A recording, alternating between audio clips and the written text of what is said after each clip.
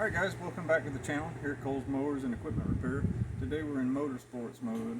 We've got a early 2000s Yamaha Raptor 50 that belongs to our cousin, and we're going to figure out what's going on with this thing. It's been sitting up in their shed for a few years now, and we know the battery is dead, but it quit running, which is why they parked it. So we're going to take a systematic approach and diagnose and repair this little guy. So let's jump right in.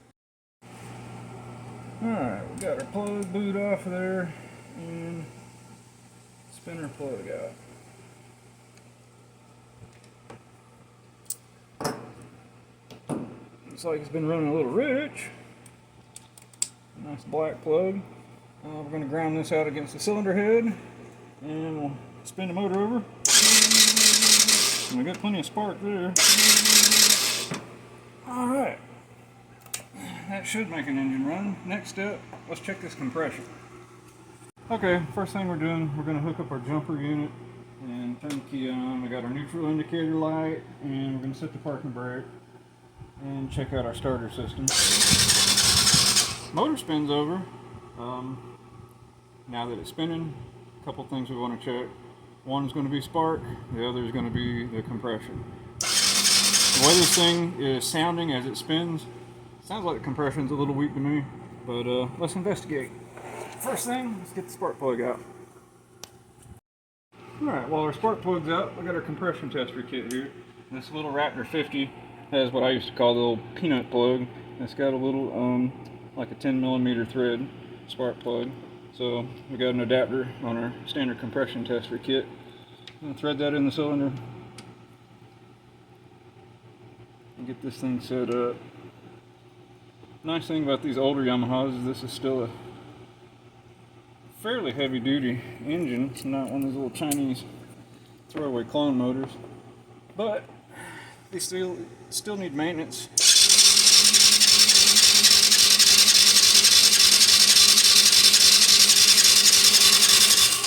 Alright, looks like we're just shy of 60 pounds, so that's pretty low for one of these things. I was hoping to see at least 120. So next step is going to be to either do a leak down or check the valve lash. Valve lash is more than likely what I'm looking for on this one. These things have a tendency for either the valve stems to stretch or the valve seats to recede into the head a little bit, and that'll take out the valve lash and keep the valves from sealing completely off. We're going to start there. I don't have a leak down tester on hand right now, so we'll pull the carburetor and intake off and pull these valve keeper covers and check the valve lash, and if we find something there, we may be drawing this thing to a conclusion pretty quick. Alright, we're going to pop this intake manifold off so we can access this intake side valve lash cover. So we've got a couple 10mm bolts holding the intake on. And when we get the intake out, we're going to pull the carburetor all the way out. This thing's going to need to be cleaned. It's been sitting so long. So we've got these two ones out of that side, jumper on the other side. Second bolt is out, and then our carburetor will just kind of swing out here to the side. We've got a vent hose right here that just pops off. We've already got the air cleaner hose disconnected. And then we've got these three screws right here for the throttle side. I'll go ahead and disassemble that and get the carburetor out of the way. Alright, our socket is a 24mm. Got a handy dandy 24mm 6-point, 1/2-inch drive. And we broke our little keeper cap loose. Spin this cover off and out of the way. And we'll check. Well, I actually got some slack there, so that valve should be sealing off. Next stop's going to be the exhaust side, so let me reach up around here and see if I can get this socket on it.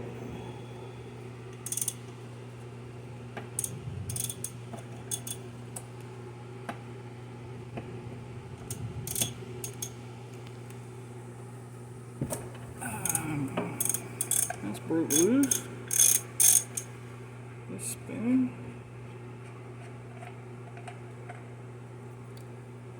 Cap off.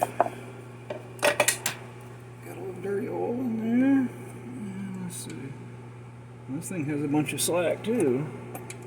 And we need to do the leak down test on this thing, figure out what's going on here. Okay, let's see if we can set up a leak down, figure out where compression's going.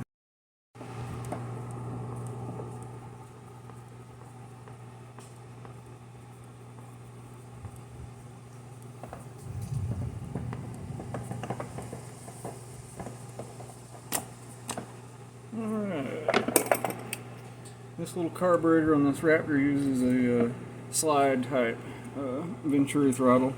So this little Venturi barrel goes up and down, has a metering needle and everything attached to the cable.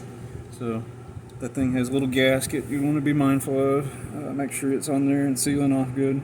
And then here's our carburetor assembly. We're going to take this over to the bench and clean it up and rebuild it or replace it. Whatever we find going on inside of it will dictate that. But our main focus is down here on the cylinder. Here in a second. We're going to get us a socket and take this valve cover off. Alright, we're getting ready to set the valve lash up on this thing. We've got the motor set up at top dead center. We verified that we've got some slack here in our intake valve. And I was wrong earlier. We're going to use an 8mm wrench. And coincidentally, I've got some of these old service tools that used to come with old Kawasaki, Yamaha, and Suzuki dirt bikes, you know, under the seat. Those little toolkits. And they got a pretty good little heavy duty 8mm wrench in that one kit that I managed to save. So we're going to break the lock nut loose. We're going to back off on this, slide our feeler gauge in there, and then with our fingers we'll adjust it until we get the slack out of this thing, and then we'll lock the lock nut back down. So counterclockwise breaks our lock nut loose, and we'll back it off with our thumb there a little bit without turning the stud too much, and then we'll come around and try to get between the valve stem and the adjuster, and we'll advance the adjuster until we can no longer turn it with our fingers. We'll get a little tension there. I'll turn our nut till it's snug, and then we'll lock it down. We'll feel our feeler gauge again, and we got a little tension in there, so we got the gap set right, and we'll do the same thing on the bottom side. Okay, we're going to do a quick and dirty leak down test. We've taken the shredder valve out of our compression test whip hose here. I'm going to put our adapter back on and screw that in the cylinder. We've got the cylinder at top dead center with a pretty good bit of valve lash in both valves, so we're sure that the valves are closed, but we're going to check and make sure that the compression isn't going by the rings or going by the valve seats. So we're going to supply a little air into the cylinder and see if it's going somewhere. And our cylinder moved, which is a good sign, which means that it's probably actually sealed up, and we may just be seeing a compression release mechanism in play here. I'll bump the motor again.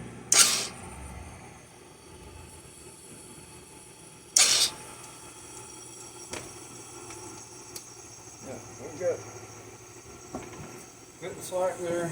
Let me do this one more time. If the motor moves with just a minimal amount of air flowing into it, I'm going to conclude that the thing is actually sealed and not leaking, and that we're probably just dealing with a valve mechanism that opens momentarily while the engine's turning over slowly to release the compression so that we don't kill the little starter and battery. We'll reset the valve lash if this passes, and then we will look into the fuel system and check that out before we condemn anything else.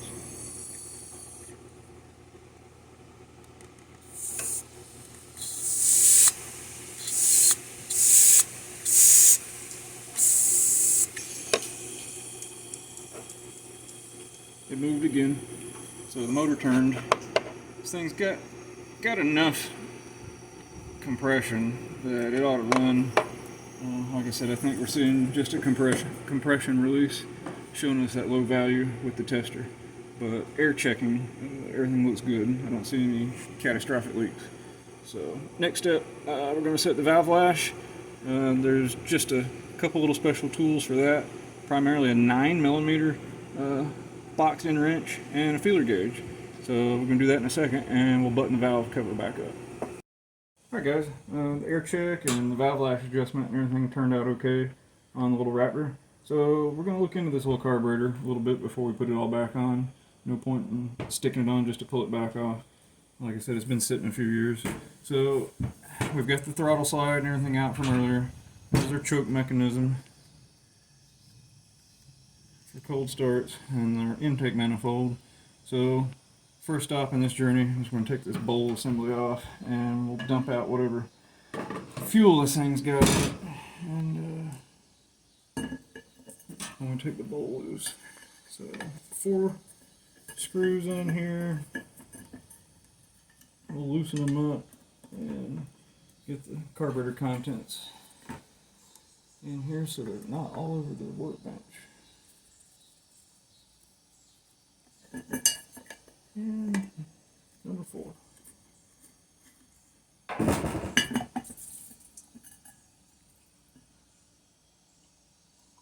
Perfect. Oh yeah, that smells horrible. Alright, let's finish these screws off.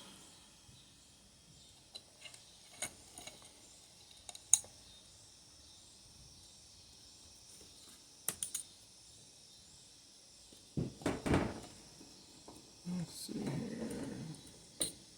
One more. Alright. Yeah, we got a minimal amount of junk in here. Probably just enough stuff in the bowl to upset everything. It's a little dingy.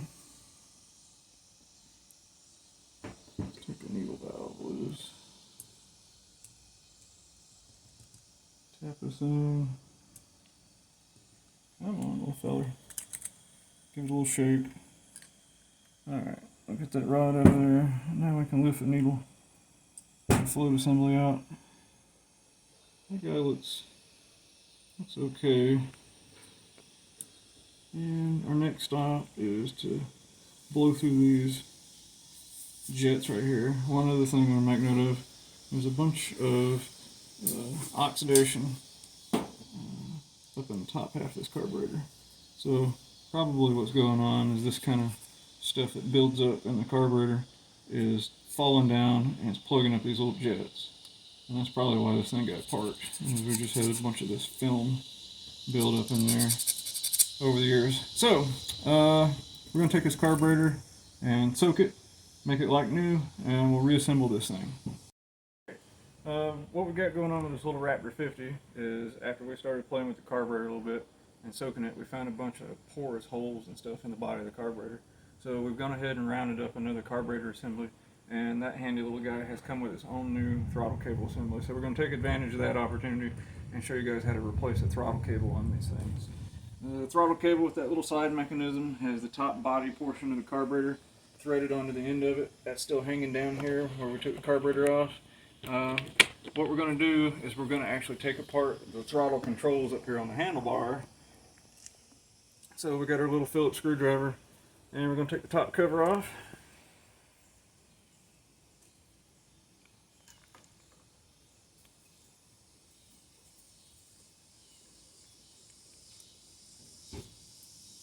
Once it's off of there, you'll notice that there's a little rubber gasket on this thing. It keeps dirt and junk out. Make sure you keep up with all that. We're going to lift the carburetor body out, and you just turn it, line it up with this little gap, and this little barrel pops up out of there. So we'll just take the carburetor, or the throttle cable, and slide it down and out past the handlebars. So we've got that unit out of the way, and we'll grab our new kit here. And we're going to thread it down through the handlebar like so.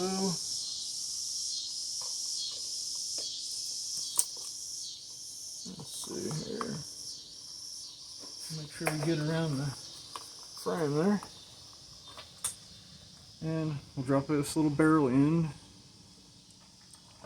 down in our throttle linkage. Get it in there straight.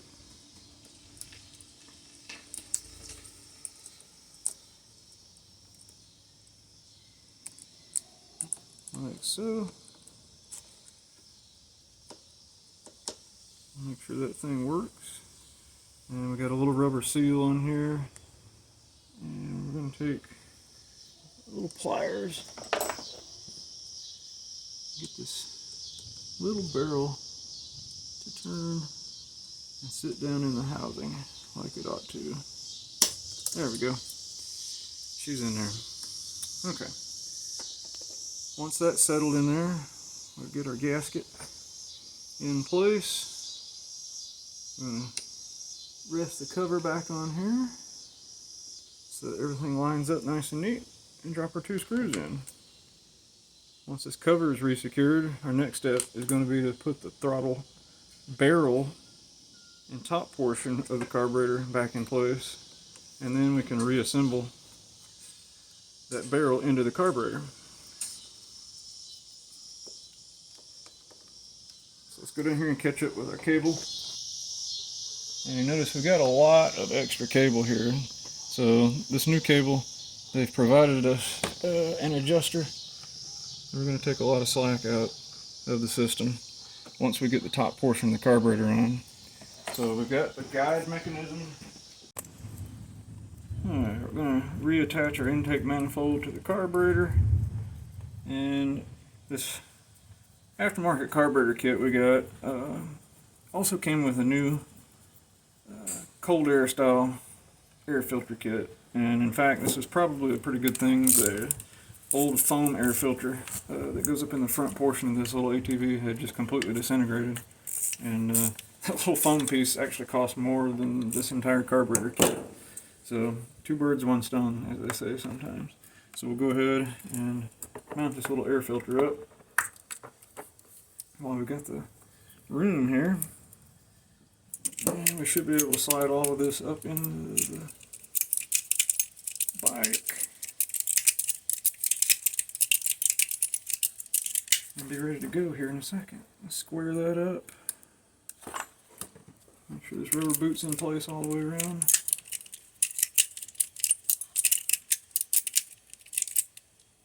Snug there. Let's finish up our throttle screws with our Phillips tool.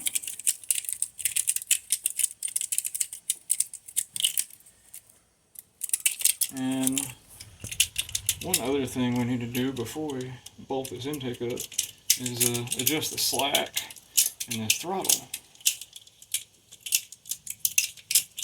We want the throttle to work. So, yeah, nothing's happening there. So let's drop this carburetor off and we'll adjust the slack out of this thing. Make sure the throttle actually opens.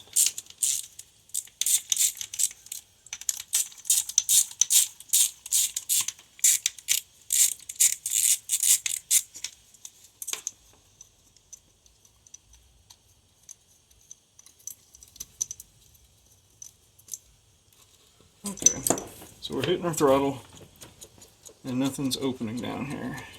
So the new throttle cable has these adjustments on it to help take the slack out of the system. So we've got an adjustment down here at the bottom and we've got an adjustment up here at the top.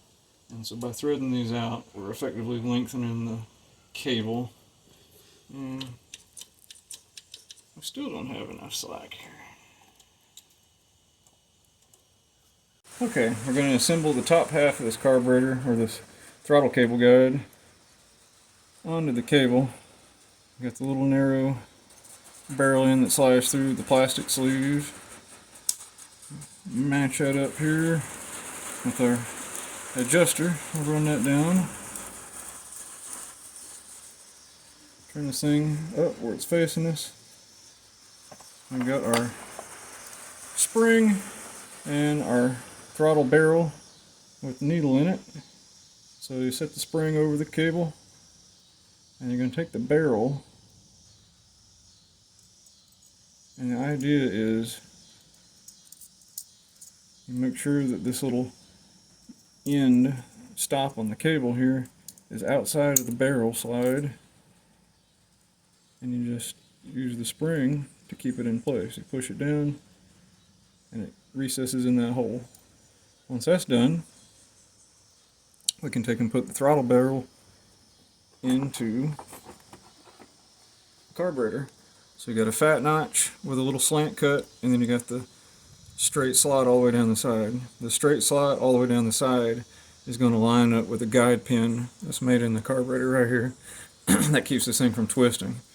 The wider cut with a little notch is our idle stop adjustment. And so there's a brass screw right here that goes against that thing and pushes this up or lets it go farther down to regulate the air that goes through to set the idle speed on this thing. So we're going to index this so that that long groove lines up with this steel pin, and then we'll make sure that our metering needle went down into the carburetor body, into our main jet there. All that's lined up. So we're going to line up the body, top portion of the carburetor, and that spring is working against us here, so we have to brace this carburetor. Put a little pressure on it, make sure our gasket is squared up all the way around, and start these screws.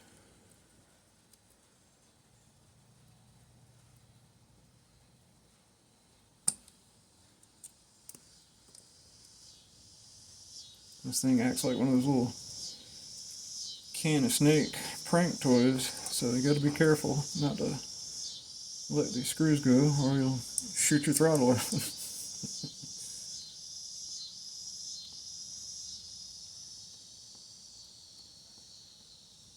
Alright, we got those three in there started.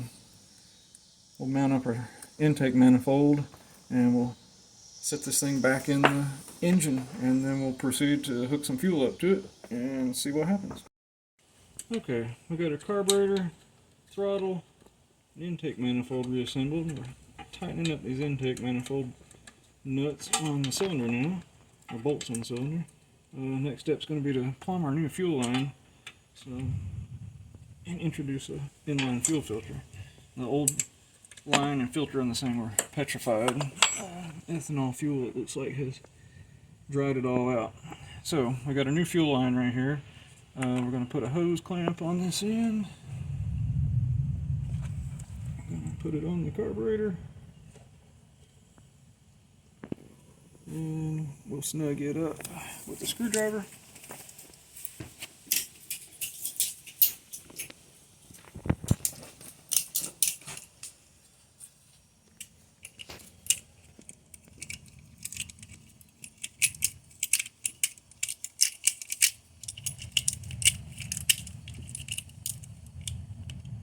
Alright, and we'll go right here to the fuel petcock side.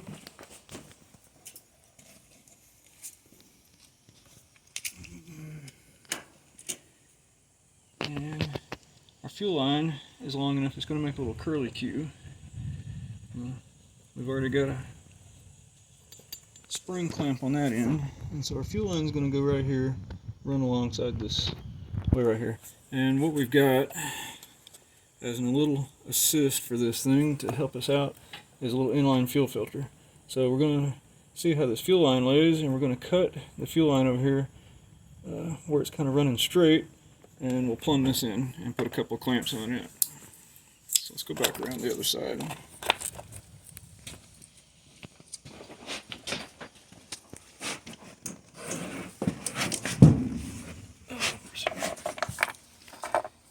Okay, this thing's running a little straight. I'm going to go ahead and slice the hose, put a clamp up this side, plumb the fuel filter on, tighten up the clamp,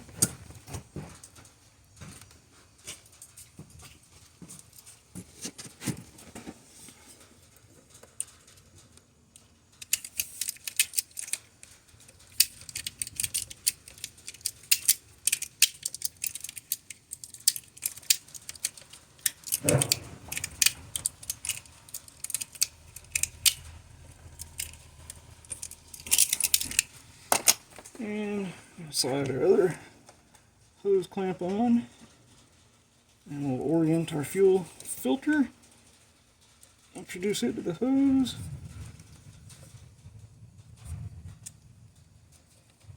and tighten it up. Okay. Alright, we got the fuel filter installed. Next step, we're going to put a new spark plug in this thing, just as a little insurance. That other one was pretty black and crusty.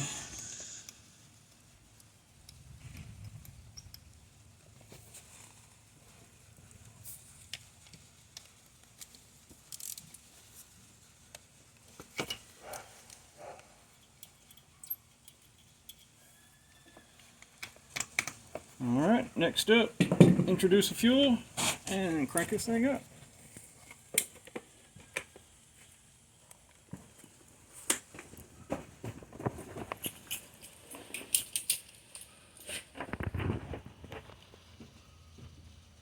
Alright, we got nice clean fuel flowing through the fuel filter. We're going to set our choke to the on position and start it.